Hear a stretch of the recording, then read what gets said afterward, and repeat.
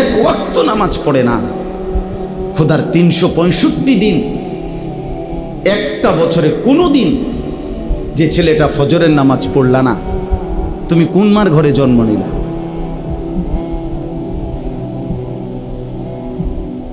তুমি কোন বাপের ঘরে জন্ম নিলা?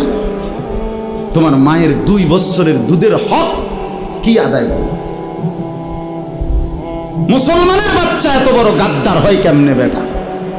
এত বড় নাফরমান, এত বড় হাইওয়ান, এত বড় চতুষ্পদ জানোয়ার মুসলমানের ঘরে হয় কেমনে বেটা? কেমনে হয় বেটা? এই জন্য মনে রাখো বেটা, যে কপালে সেজদা নাই সে কোনো মানুষ না। যে সেজদা দেয় না সে মানুষ নয়, মানুষ নয়, জানোয়ার। সে জানোয়ার, হাইওয়ান, এটা চতুষ্পদ জন্তু, এটা জানোয়ার, এটা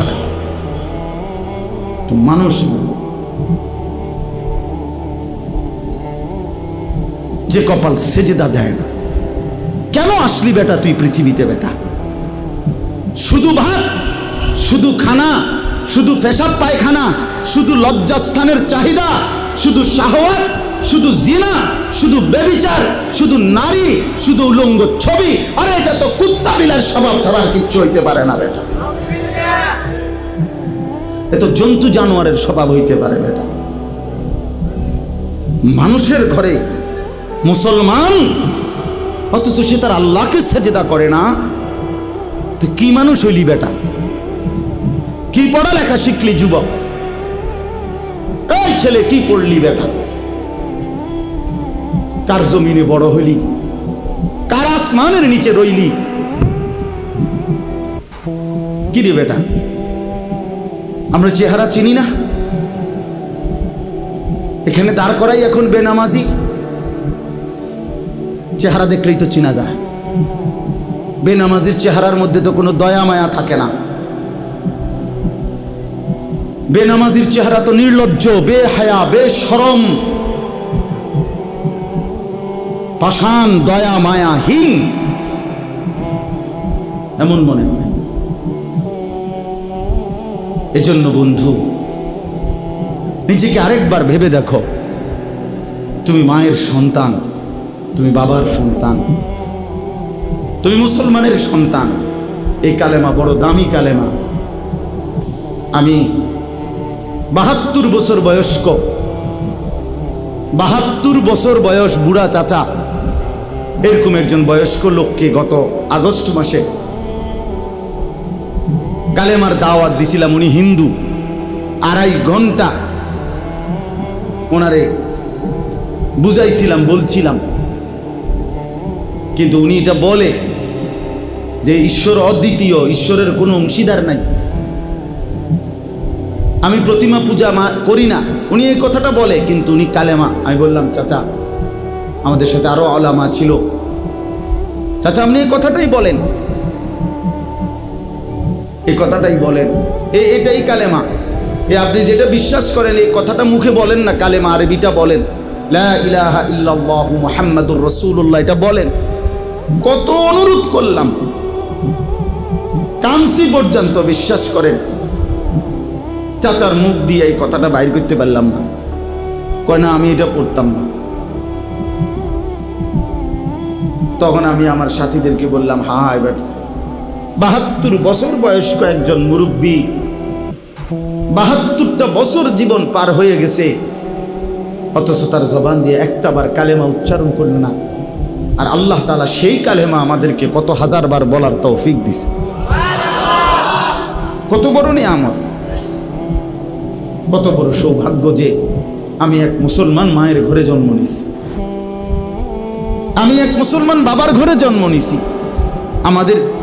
আমাদের কি যোগ্যতা ছিল? আমাদের কোনো যোগ্যতা ছিল এখানে? শুধুই কার দয়া?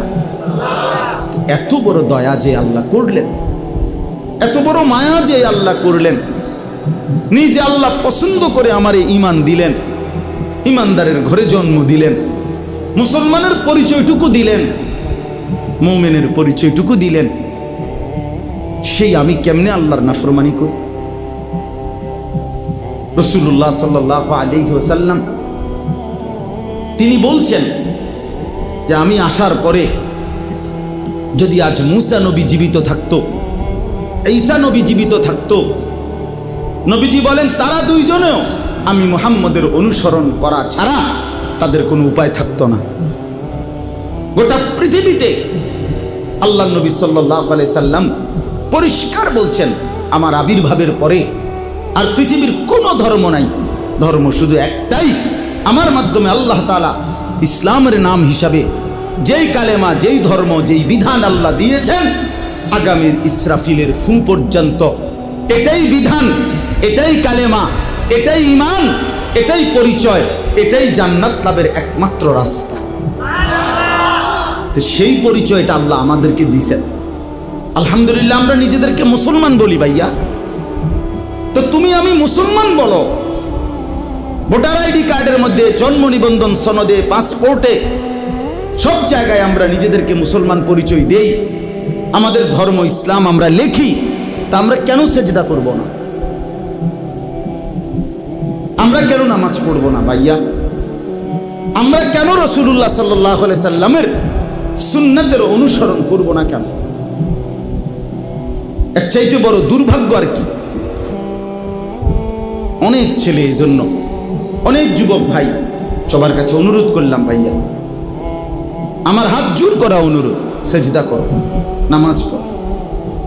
সেজদা না করলে কোরআন শরীফে আছে সেজদা যদি না করে তো ইবলিস তার পরিচয় 1 ঘন্টা আগেও তারে কোনো ইবলিস কইতো না,